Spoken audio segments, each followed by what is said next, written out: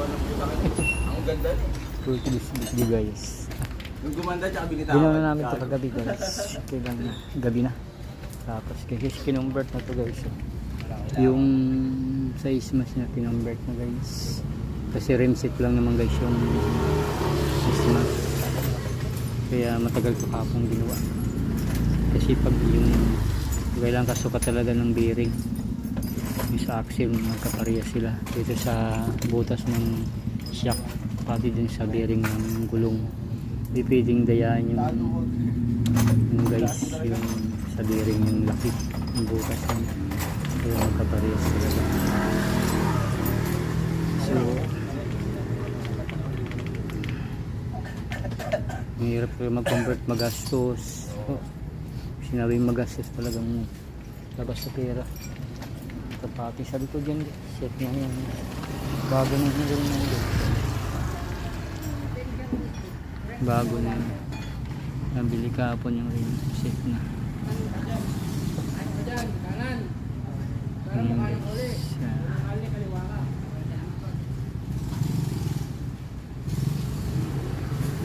Nagastos yung talaga yun.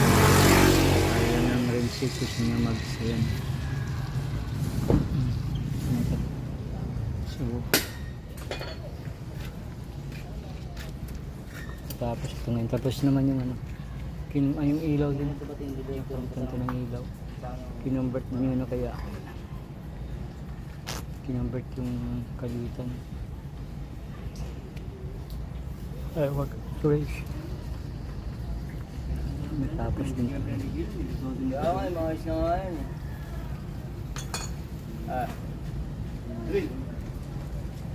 Pang Mio. Magkano eh? 250 yung init ah. Ang ipad ka pala rito. Ano gusto mo, original or replacement lang? Magkano yung original?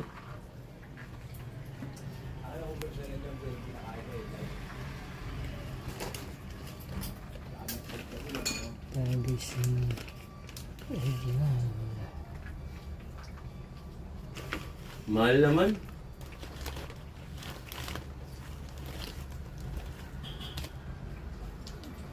Bago. Wala pa. Ordinary lang. Ayun na lang, pwede na lang.